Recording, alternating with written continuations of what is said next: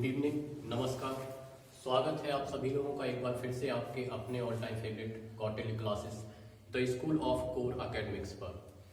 तो जाहिर सी बात है कि आज बहुत दिनों बाद इस प्लेटफॉर्म पर आप लोगों के साथ रूबरू हैं और जब इतनी देर से आए हैं तो आपके लिए कुछ बेहतर तैयारियां यहाँ पर करके आए हैं। यहाँ हम लोग एक अपनी नई सीरीज स्टार्ट करने जा रहे हैं, ह्यूमन फिजियोलॉजी। बायोलॉजी का ये बहुत ही इम्पोर्टेंट पोर्शन है, न केवल ये कि एकेडमिक एग्जाम के पॉइंट ऑफ व्यू से, बल्कि आपके जो कॉम्पिटिटिव एग्जाम्स भी होते हैं, नीट या अदर मेडिकल एंट्रेंस एग्जाम्स, उनके पॉइंट ऑफ व्यू से भी बहुत ज़्यादा इम्पोर्टेंट है। डिफरेंट टाइप की जो मेडिकल एंट्रेंस की बुक्स होती हैं उन बुक्स से और एनसीईआरटी के जो कोर सिलेबस है उससे लेकर जितना भी बेहतरीन कंटेंट हो सकता है उस सारे कंटेंट को एक जगह एग्रीगेट करने के बाद फिर हम आपको उसको एक अलग ही फॉर्म में आपके सामने प्रेजेंट करने वाले हैं, जिस पर कई घंटों की मेहनत की गई है। उसको एक प्रिसाइज वे में और एक रिलायबल तरीके से आप लोगों के सामने लाना था, इसलिए इतना समय लगा है। और उससे भी ज़्यादा इंटरेस्टिंग बात ये रहेगी कि इन चैप्टर्स का डिस्कशन आपके साथ हमें नहीं करना है। जो हमारे स्टूडेंट्स हैं एक एक करके वो स्टूडेंट्स आपके साथ इन चैप्टर्स पे डिस्कशन करेंगे। आई होप कि आप लोग इतने सिंसियर हैं तो आप लोगों को ये जानकारी होगी कि फर्स्ट ईयर या 11th के सिलेबस में ह्यूमन फिजियोलॉजी की एक यूनिट है हमारी और वो सबसे लॉन्गेस्ट यूनिट है। उस यूनिट के अंदर आने वाले जो चैप्टर्स हैं एटलीस्ट उन चैप्टर्स के नाम आप लोगों को पता होंगे। डाइजेशन एंड एब्जॉर्प्शन को लेटेस्ट सिलेबस जो एनसीईआरटी का है उसने वहाँ से उसको डिलीट कर दिया है। नीट के सिलेबस से भी उसको हटाया गया है, लेकिन हम अपनी शुरुआत वहीं से करेंगे क्योंकि आज उसको सिलेबस से आउट किया गया है, लेकिन पता नहीं है कि कब उसको सिलेबस में ऐड कर दिया जाएगा। अदर मेडिकल एंट्रेंस एग्जाम्स को भी ध्यान में हमें रखना है, इसलिए उसके भी हमारे बेसिक्स अच्छे हो सकें तो हम किसी भी चैप्टर को स्किप करके यहाँ पे चलने वाले नहीं हैं। मोर देन सफिशिएंट आपको यहाँ पर कंटेंट प्रोवाइड कराया जाएगा। ज़रूरी ये है कि जो कंटेंट हमारे लिए नेसेसरी है वो कंटेंट भी मिले और उसके बाद जो एडिशनल कंटेंट है वो भी आपको दिया जाएगा। दूसरा जो चैप्टर हमारा ब्रीदिंग एंड रेस्पिरेशन का चैप्टर है, उसके बाद गैसियस एक्सचेंज जिसमें पढ़ते हैं हम लोग, इसके बाद एक्सक्रीशन ऑस्मोरेगुलेशन है, सर्कुलेटरी सिस्टम है, उसके बाद लोकोमोशन एंड मूवमेंट है जिसमें हमें स्केलेटल सिस्टम, मस्कुलर सिस्टम के बारे में पढ़ना है।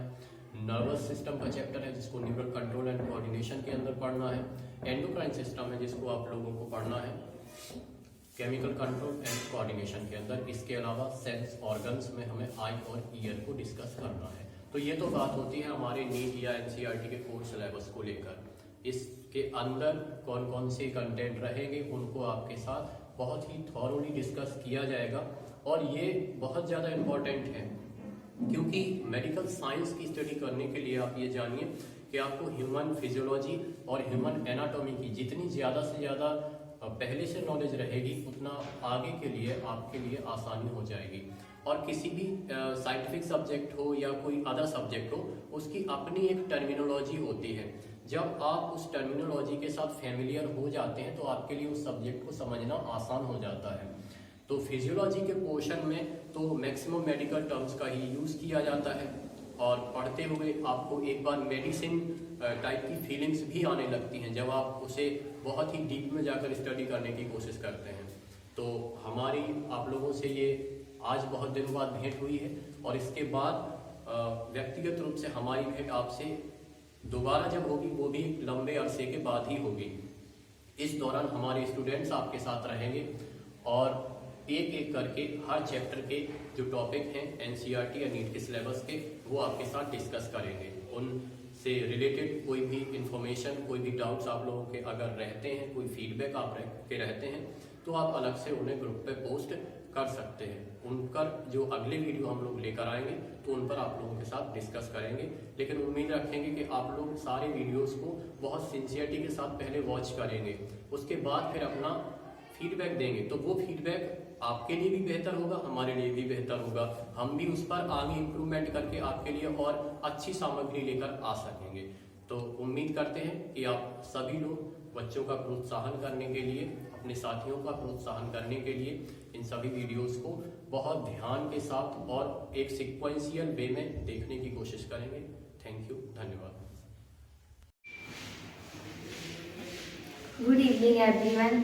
मेरा नाम है शिवानी चौहान। आज से हम स्टार्ट करने जा रहे हैं ह्यूमन फिजियोलॉजी का first chapter digestion and absorption, जिसमें हम न्यूट्रिशन क्या होता है और उसके टाइप्स और इवोल्यूशन ऑफ डाइजेस्टिव सिस्टम को डिस्कस करेंगे। तो पहले हम डिस्कस करते हैं न्यूट्रिशन।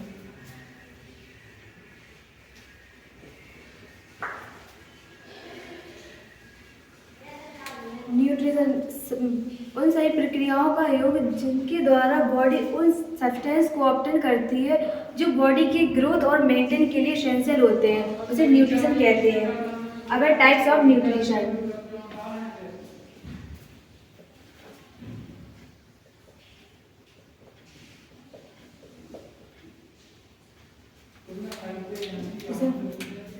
पहले ऑटोट्रॉपिक।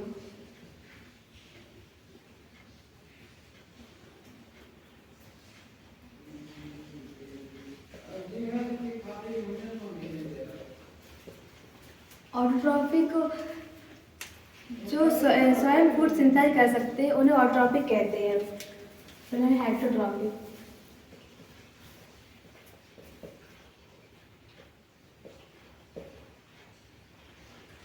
जो फूड स्वयं सिंथेसाइज नहीं कर सकते, किसी दूसरों पर निर्भर रहते हैं, उन्हें हेटरोट्रॉपिक कहते हैं।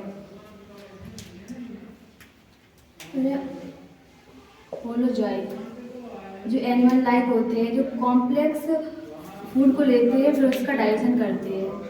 होलोफिटिक जो प्लांट लाइक होते हैं। हर्बीवोरस जो प्लांट से फूड लेते हैं, जैसे काऊ, बफेलो।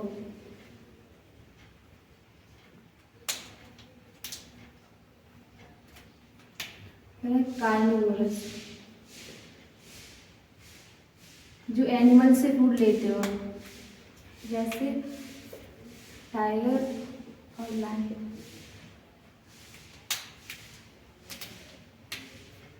ओमनिवोरस जो प्लांट और एनिमल्स दोनों से फूड लेते हो, जैसे ह्यूमन।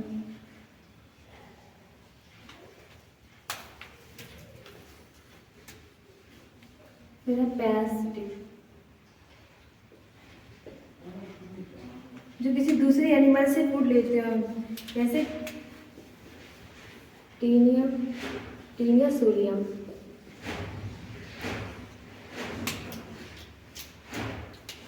बोरोसियस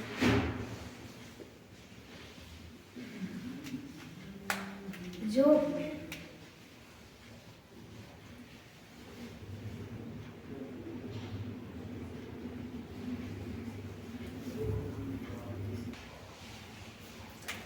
जो बहुत खाने वाले होते हैं, जैसे स्पाइडर।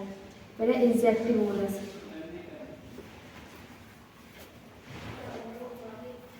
जो इंसेक्ट को खाते हैं, जैसे लिजार्ड। लार्वावोरस जो लार्वा को खाते हैं, जैसे गैम्बूशिया।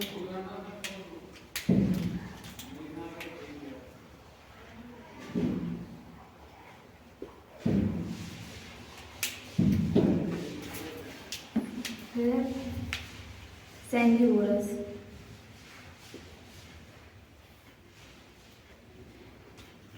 जो ब्लड फीडर होते हैं, जैसे लीच।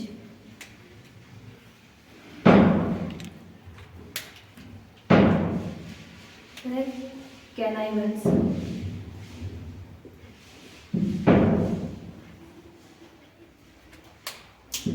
जो अपनी ही स्पीसीज को खाते हैं, जैसे कॉकरोच।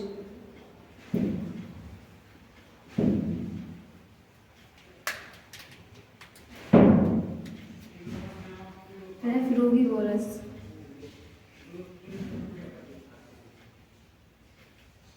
जो फ्रूट खाते हैं, जैसे squirrel.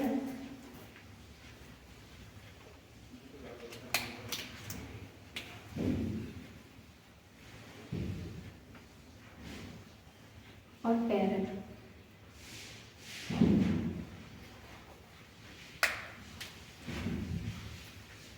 Filter feeder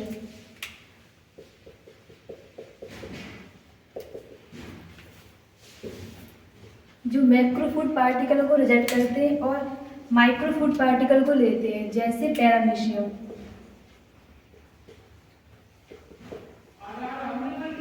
sponge,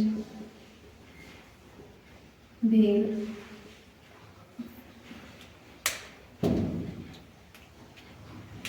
mixotrophic, जो दोनों तरफ से फूड लेते हैं, जैसे यूग्लिना।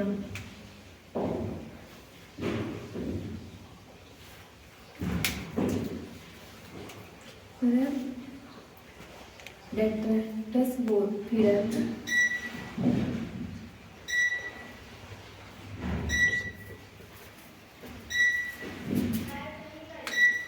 जो डेट एनिमल से फूड लेते हो, इन्हीं को स्कैवेंजर भी कहते हैं।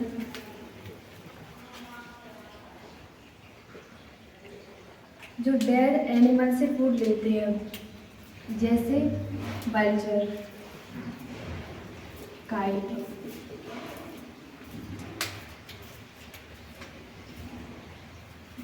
कॉप्रोफेरस,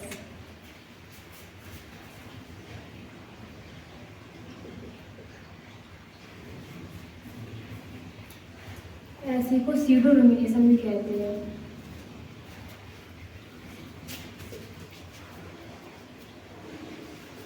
जो एक बार फूड को लेते हैं फिर उसी फूड को वापस लेते हैं, जैसे रैबिट।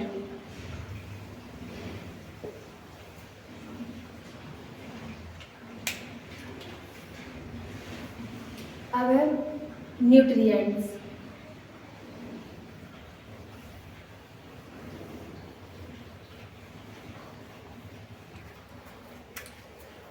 न्यूट्रिएंट्स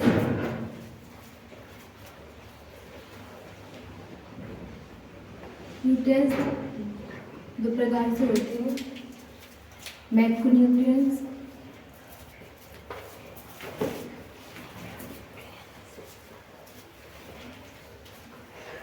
जिसमें कार्बोहाइड्रेट, प्रोटीन और लिपिड आते हैं।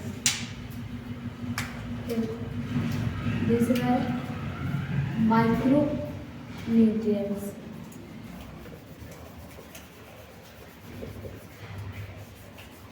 इसमें विटामिन और मिनरल्स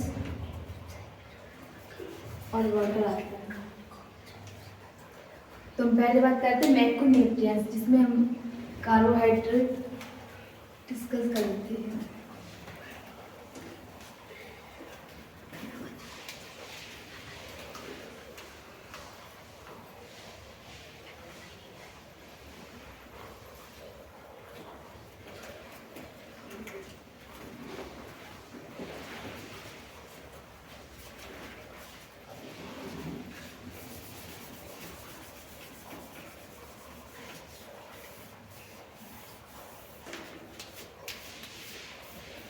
कार्बोहाइड्रेट का क्लासिफिकेशन करते हैं, उसमें मोनोसैकेराइड,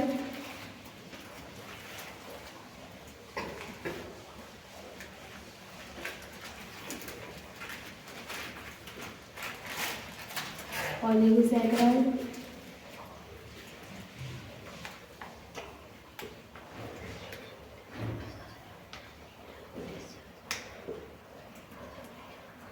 और पॉलीसैकेराइड आते हैं।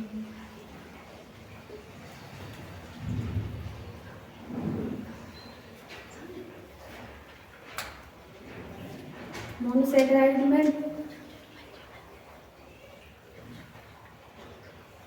कार्बन के बेसिस पर क्लासिफिकेशन करते हैं, तो इसमें फर्स्ट है ट्राइबोसिस, इसका फॉर्मूला था C3H6O3।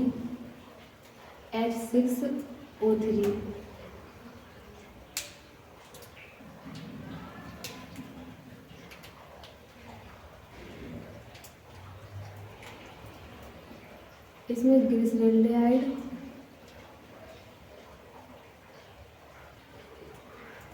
डाईहाइड्रो ऑक्सी एसीटोन, जो C3 साइकिल और ग्लाइकोसिस के इंटरमीडिएट कंपाउंड होते हैं।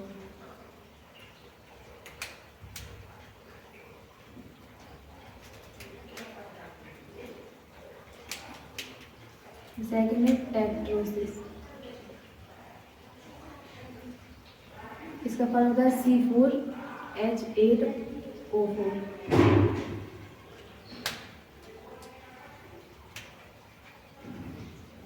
इसमें एरिथ्रोज, जो C3 साइकिल का इंटरमीडिएट कंपाउंड होता है, और थ्रियोसिस आते हैं।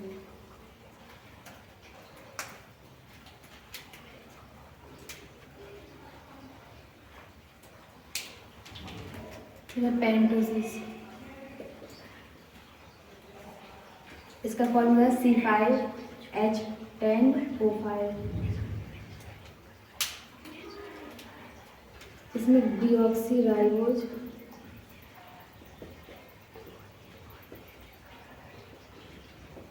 और राइबोज आते हैं, जो डीएनए और आरएनए के कंपोनेंट होते हैं।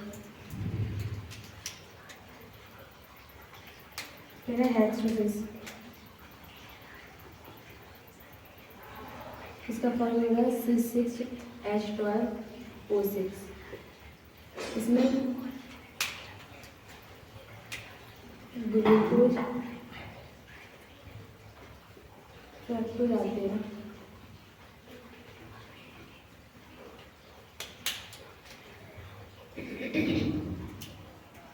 फ्रक्टोज का यूज स्पर्म करते हैं, इसका जो एब्जॉर्प्शन है वो पैसिव होता है। स्पर्म इसका यूज न्यूट्रिएंट सोर्स के रूप में करते हैं। फिर है हेप्टोसिस, इसका फॉर्मूला C7H14O7। इसमें सीडोएक्टिनोज आते हैं।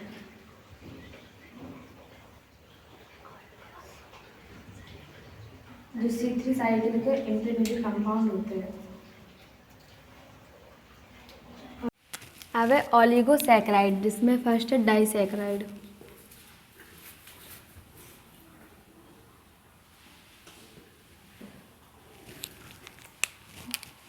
डाइसैकेराइड में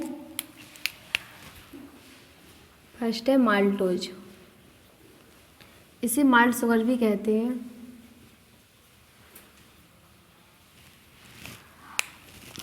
माल्टोज ग्लूकोज के 2 मॉलिक्यूल से मिलकर बनती है,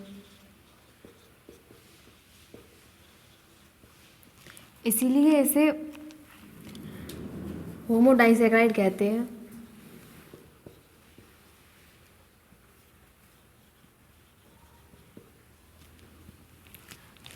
अब हम माल्टोज का स्ट्रक्चर देखते हैं।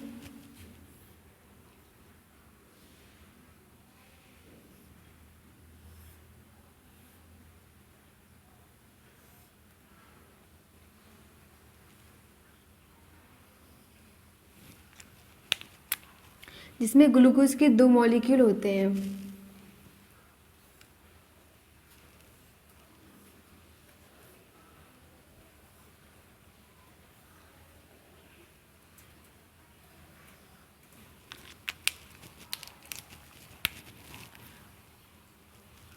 OH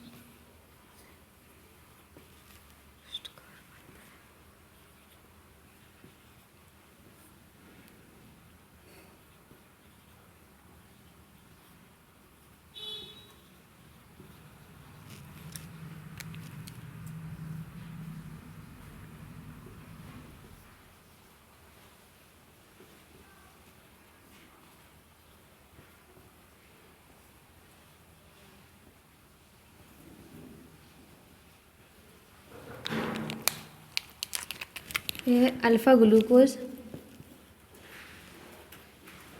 और ये भी है अल्फ़ा ग्लूकोज।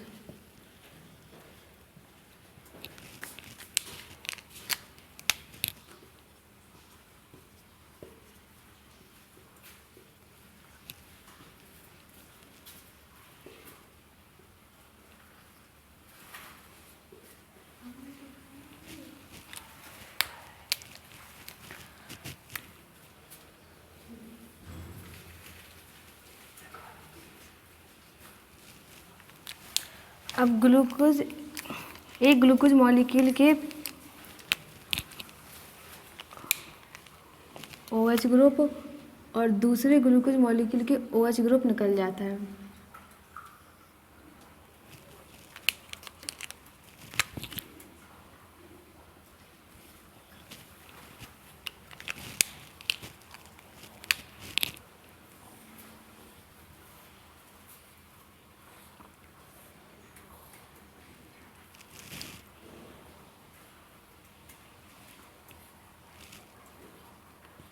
OH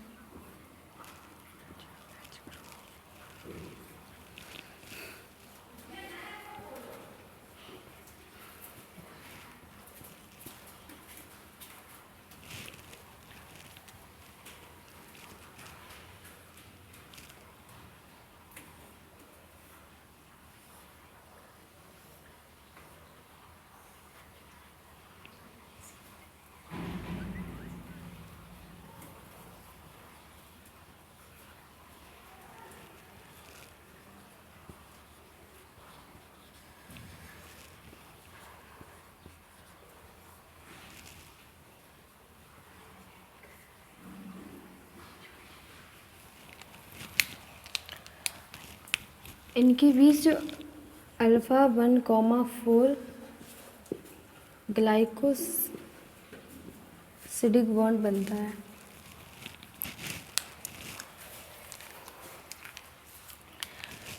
इस स्ट्रक्चर को माल्टोज कहते हैं।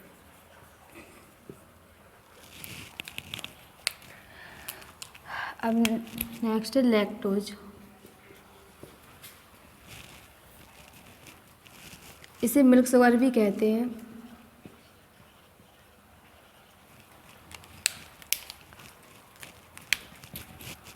लैक्टोज गैलेक्टोज और ग्लूकोज के मिलने से बनती है,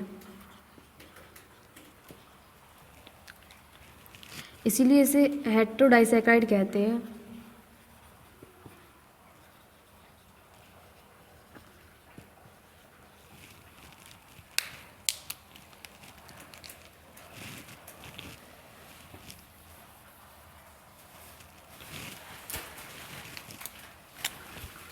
ये गैलेक्टोज का स्ट्रक्चर।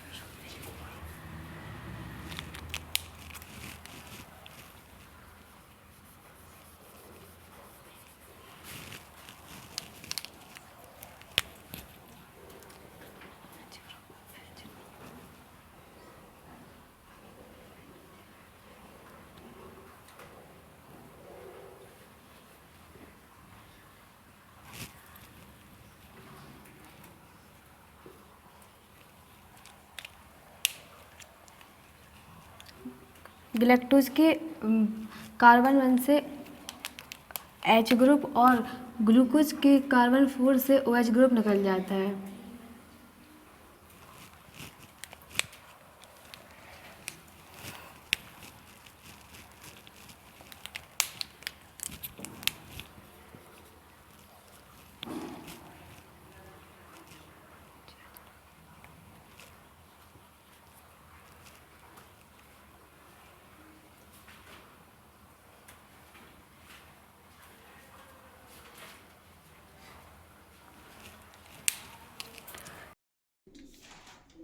कार्बोहाइड्रेट के बाद हमारे प्रोटीन।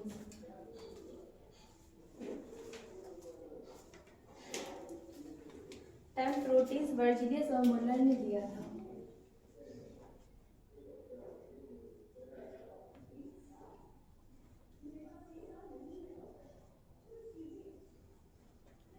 इनकी मोनोमेरिक यूनिट्स को अमीनो एसिड कहते हैं। अमीनो एसिड का स्ट्रक्चर देखते हैं हम, तो इसमें COOH ग्रुप लगा होता है और H ग्रुप और साइड में NH2 ग्रुप और R ग्रुप। जो अमीनो एसिड हमारी बॉडी में सिंथेसाइज होते हैं उन्हें नॉन एसेंशियल कहते हैं, और जो अमीनो एसिड हमारी बॉडी में सिंथेसाइज नहीं होते हैं उन्हें एसेंशियल कहते हैं। हम देखते हैं एसेंशियल और non essential amino acids.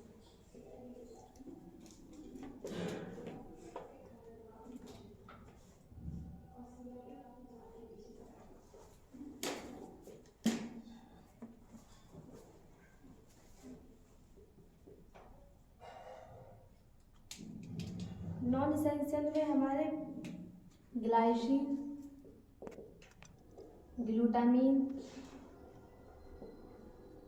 Glutamic acid,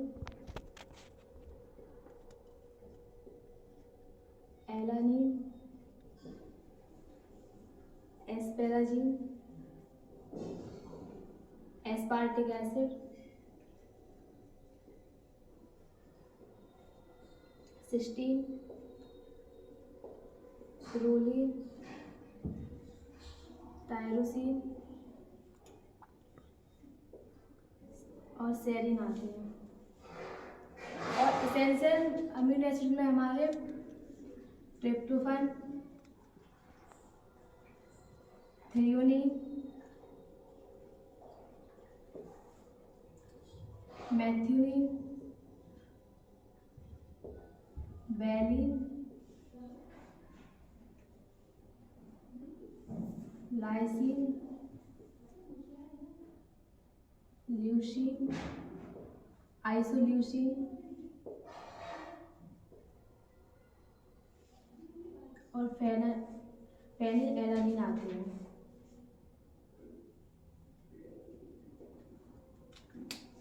फिर सेमी इसेंशियल अमीनो एसिड्स,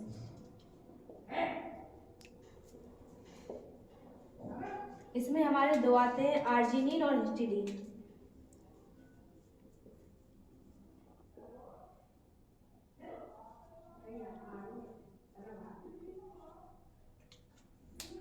अब हम देखते हैं इनकी structure. 10 amino acids non polar होते हैं, जिसमें ग्लाइसिन, फर्स्ट है ग्लाइसिन,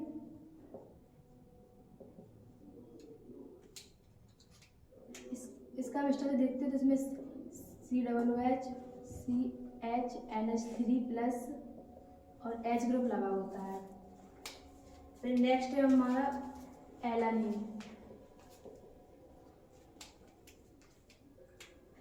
इसके स्ट्रक्चर में COOH, CH, NH3+ और CH3 ग्रुप लगा होता है।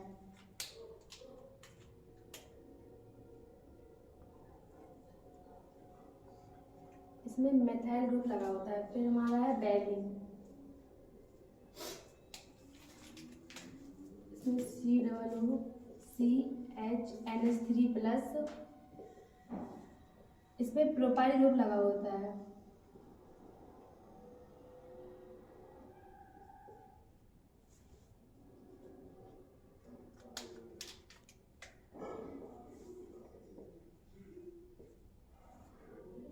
फिर नेक्स्ट हमारा ल्यूसीन,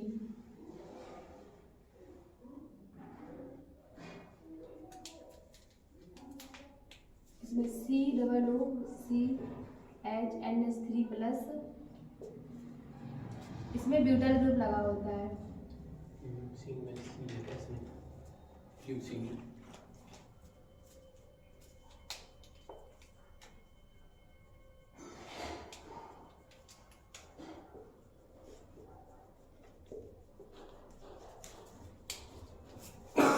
इसमें ब्यूटाइल ग्रुप लगा होता है।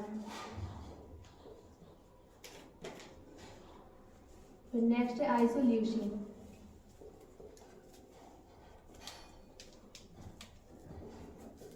COO- CH, NH3+,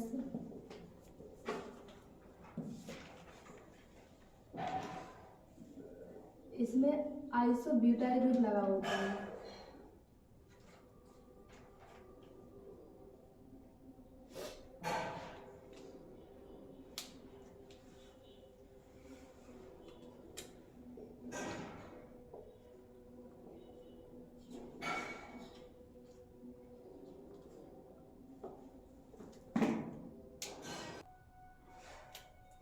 अब नेक्स्ट है आइसोल्यूसिन,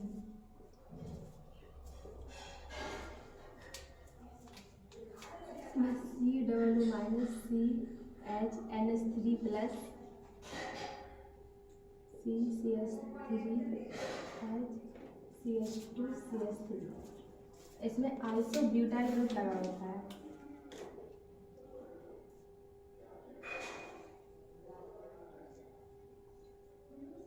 फिर नेक्स्ट है हमारा प्रोलीन।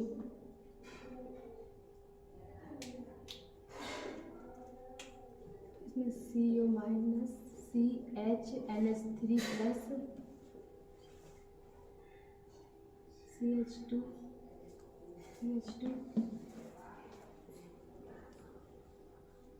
इसमें एमिनो ग्रुप लगा होता है।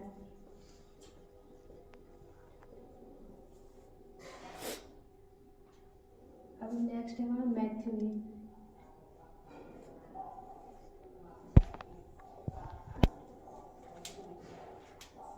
इसमें COO minus CH NH3 plus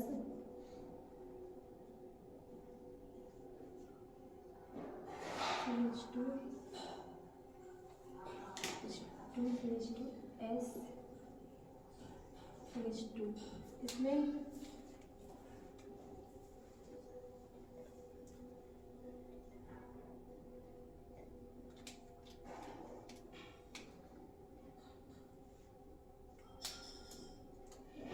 इसमें मैथिल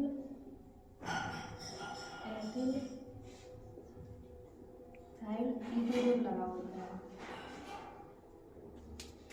फिर नेक्स्ट है सिस्टीन। इसमें COO minus CH NH3 plus CH2 SH। इसमें मैथिल थाइल ग्रुप लगा होता है। नेक्स्ट है हमारा फेरिल एलानिन।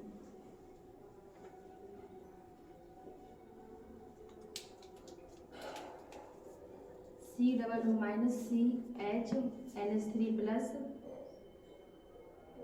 CH2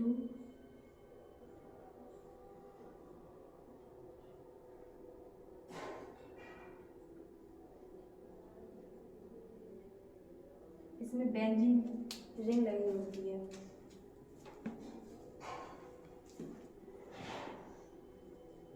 फिर नेक्स्ट है हमारा ट्रिप्टोफैन।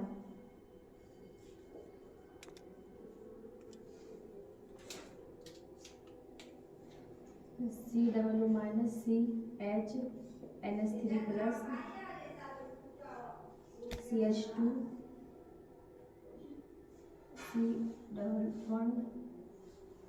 CH NH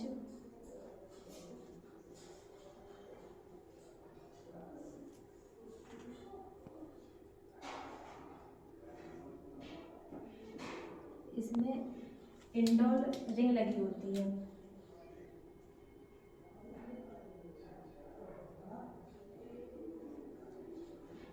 ये 10 अमीनो एसिड्स नॉन पोलर होते हैं और हमारे polar amino acids.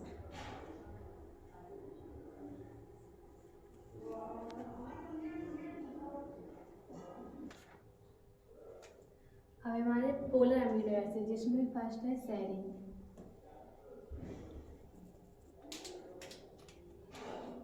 COO minus CH NH3 plus इसमें हाइड्रोक्सी मैथिल ग्रुप लगा होता है। हाइड्रोक्सी मैथिल। फिर नेक्स्ट है हमारा थ्रियोनीन।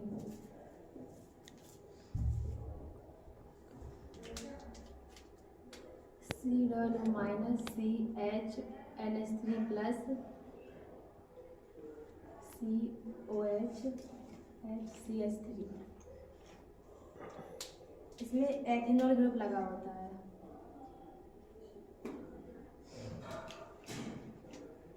फिर नेक्स्ट है हमारा टायरोसिन।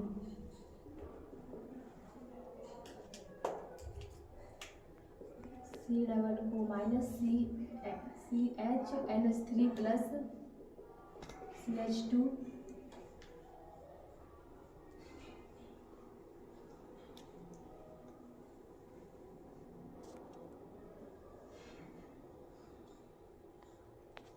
इसमें फिनॉल ग्रुप लगा होता है।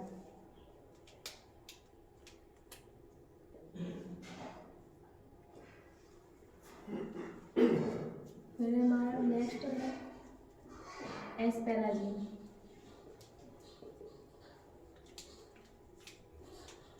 COO minus CH NH3 plus CH2 C11O NH2।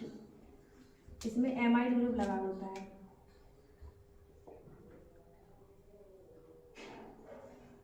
फिर हमारा ग्लूटामिन,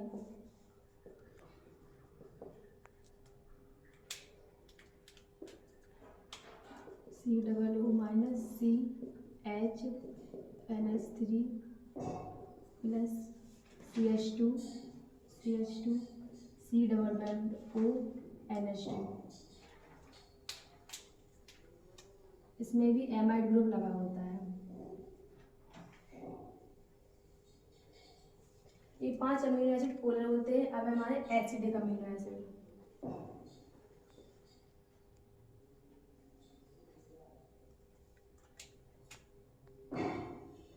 इसमें हमारे 2 आते हैं, एस्पार्टिक एसिड,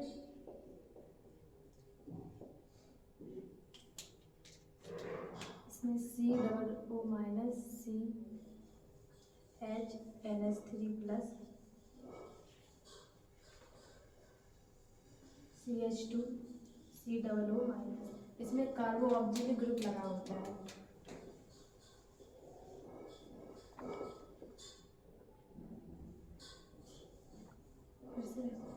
सेकेंड है ग्लूटामिक एसिड,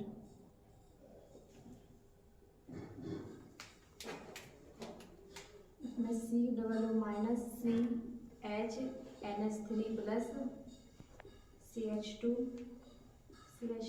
COO माइनस। इसमें भी कार्बो ऑक्सीजन ग्रुप लगा होता है।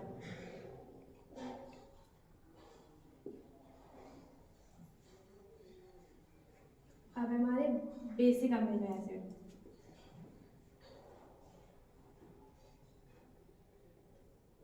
इसमें फर्स्ट है लाइसिन, इसमें COO minus CH NH3 plus CH2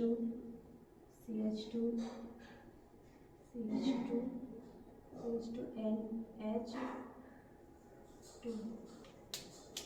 इसमें N ब्यूटाइल एमीन ग्रुप लगा होता है। फिर है हमारा आर्जिनिन,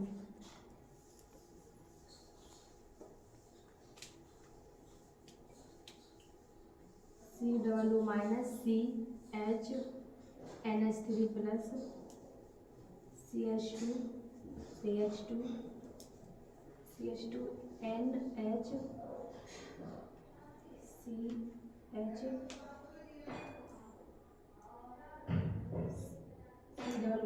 NH2 प्लस NH2।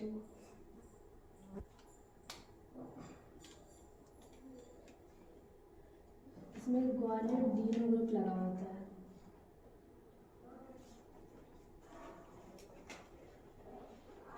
फिर हमारा हिस्टिडीन,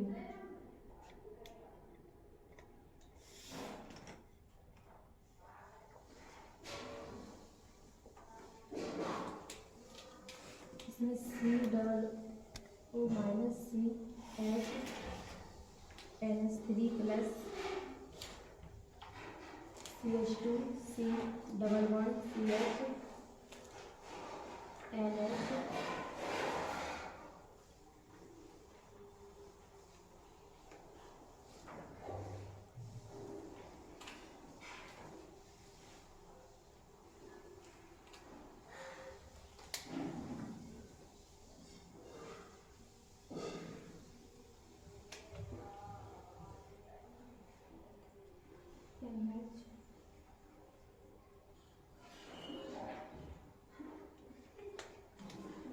इसमें एमिडाजोल ग्रुप लगा होता है।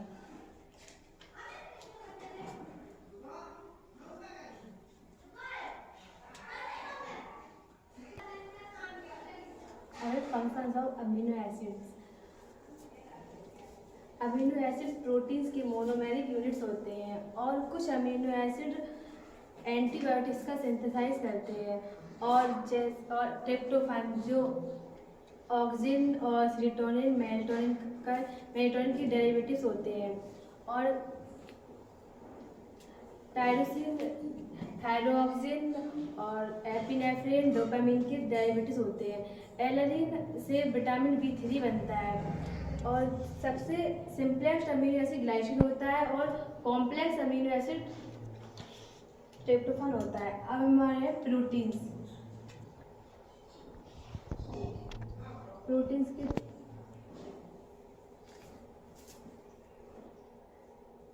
3 पार्ट्स होते हैं, जिसमें फर्स्ट है हमारे सिंपल प्रोटीन्स।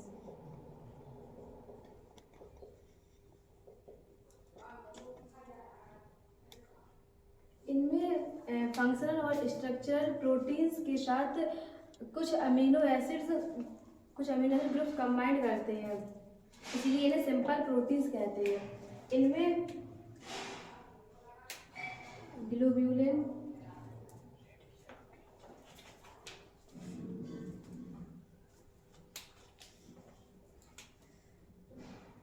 एल्ब्यूमिन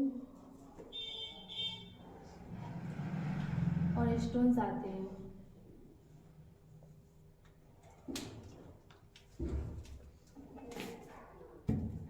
सेकेंड हमारा कॉन्जुगेटेड प्रोटीन्स।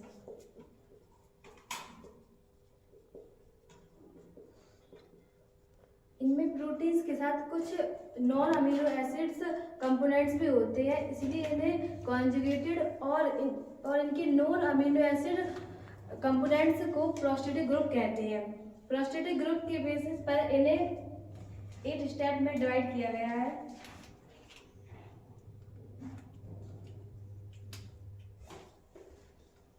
इसमें फर्स्ट है न्यूक्लियोप्रोटीन। इन्हें प्रोटीन्स के साथ न्यूक्लिक एसिड कंबाइन करते हैं। फिर नेक्स्ट है ग्लाइकोप्रोटीन्स, या इन्हीं को म्यूकोप्रोटीन्स भी कहते हैं। इनमें प्रोटीन्स के साथ फॉस्फेट कंबाइन करते हैं। फिर नेक्स्ट है फॉस्फोप्रोटीन्स। इनमें प्रोटीन्स के साथ फॉस्फेट ग्रुप कंबाइन करते हैं। फिर लिपोप्रोटीन्स, इनमें प्रोटीन्स के साथ लिपिड कंबाइन करते हैं। फिर मेटैलोप्रोटीन्स, इनमें प्रोटीन्स के साथ मेटल आयंस कंबाइन करते हैं। फिर नेक्स्ट है फ्लेवोप्रोटीन्स, इनमें प्रोटीन्स के साथ फ्लेविन न्यूक्लियोटाइड्स कंबाइन करते हैं। फिर नेक्स्ट है हीमोप्रोटीन्स, इनमें प्रोटीन्स के साथ हीम ग्रुप कंबाइंस करते हैं। नेक्स्ट है क्रोमोप्रोटीन्स, इनमें प्रोटीन्स के साथ पिगमेंट्स कंबाइन करते हैं। फिर हमारी थर्ड है डिराइव्ड प्रोटीन्स,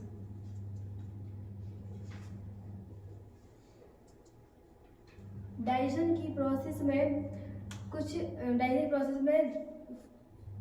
फूड कुछ छोटे छोटे टुकड़ों में या उनसे बड़े बड़े सेगमेंट्स में ब्रेक हो जाता है, जिन्हें प्रोटियोसिस, पेप्टॉन्स और स्मॉल पॉलीपेप्टाइड कहते हैं। इन्हीं सबको डेरिवेटिव प्रोटीन्स कहते हैं।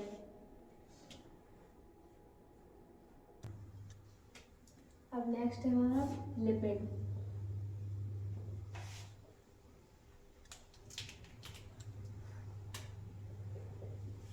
टर्म लिपिड विलियम बलून ने दिया था। लिपिड का एक मॉलिक्यूल फैटी एसिड के 3 मॉलिक्यूल से और एक ग्लिसरॉल के मॉलिक्यूल से ट्राइग्लिसराइड का फॉर्मेशन करते हैं। अब saturated fatty acid,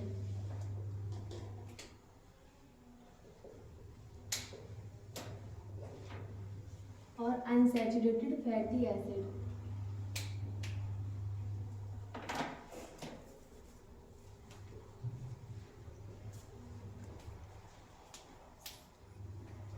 saturated fatty acid में हमारे लॉरिक एसिड,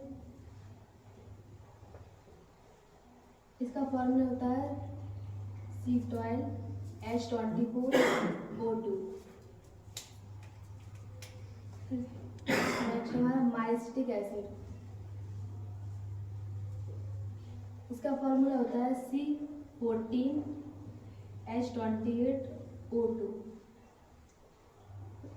नेक्स्ट हमारा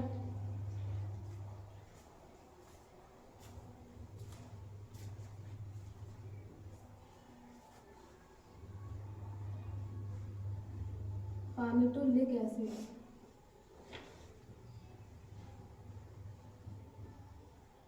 इसका फॉर्मूला है C16H32O2। फिर नेक्स्ट हमारा स्टीयरिक एसिड, इसका फॉर्मूला है C18H36O2। फिर अराकिडिक एसिड,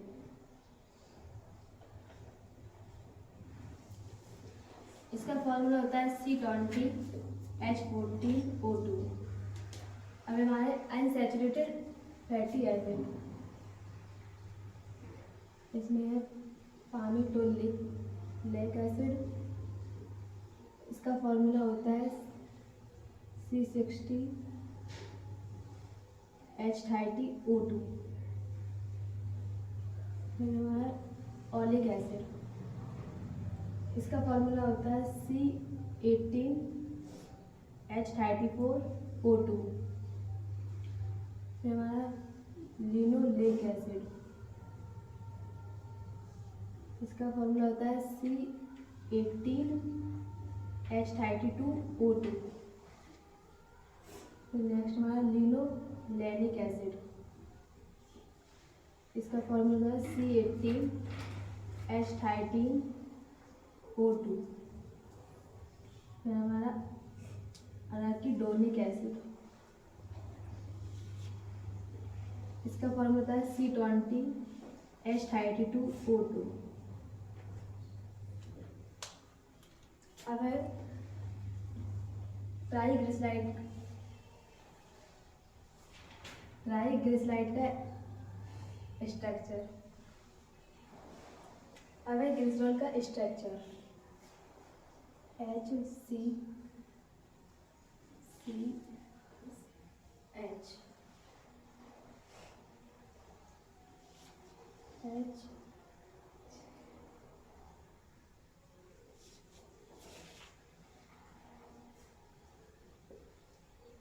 इनमें OH ग्रुप लगा होता है और ये ग्लिसरॉल का स्ट्रक्चर। अब फैटी एसिड के 3 molecule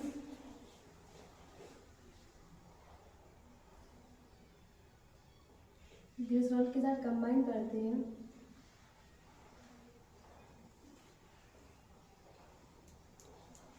CHO,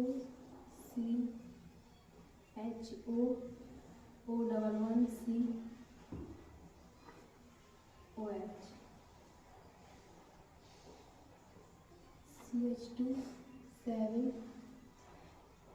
CH11 CH2 7 CH3।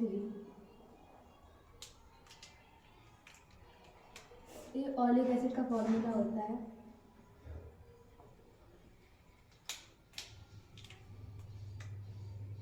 CH2 7 CH11 CH2 5 CH3। ये पामिटोलिक एसिड का फॉर्मूला होता है।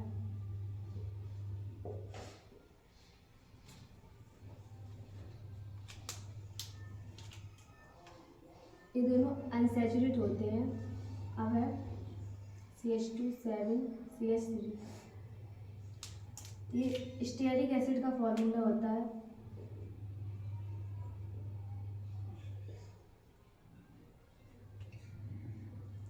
ये सैचुरेटेड होता है।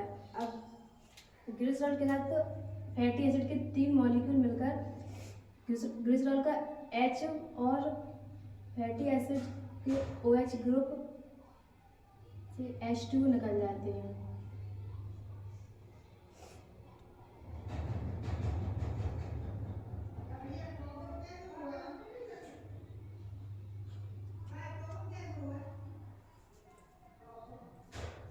अब इससे ट्राइग्लिसराइड का फॉर्मेशन होता है। इसमें HCCH और इनकी साइड में H लगा होता है।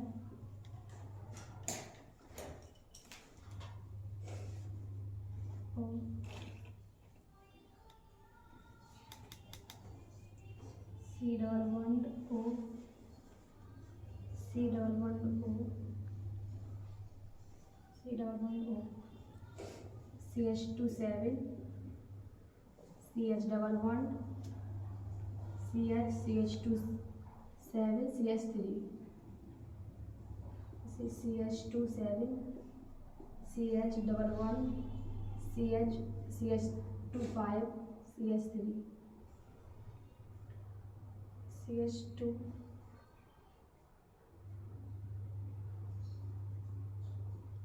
5, CH3 plus 3H OH।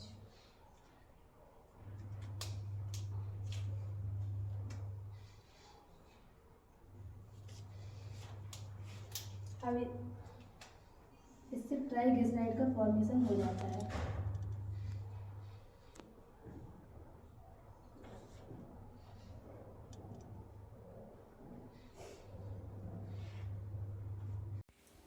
Human physiology की सीरीज में first chapter digestion and absorption को डिस्कस किया, जिसमें हमने न्यूट्रिशन, टाइप्स ऑफ न्यूट्रिशन को बताया और इसका फर्स्ट पार्ट मैक्रोन्यूट्रिएंट्स, जिसमें हमने कार्बोहाइड्रेट, प्रोटीन और लिपिड को डिस्कस किया है। अब इसकी नेक्स्ट पार्ट में हम माइक्रोन्यूट्रिएंट्स और इवोल्यूशन को डिस्कस करेंगे। Thank you.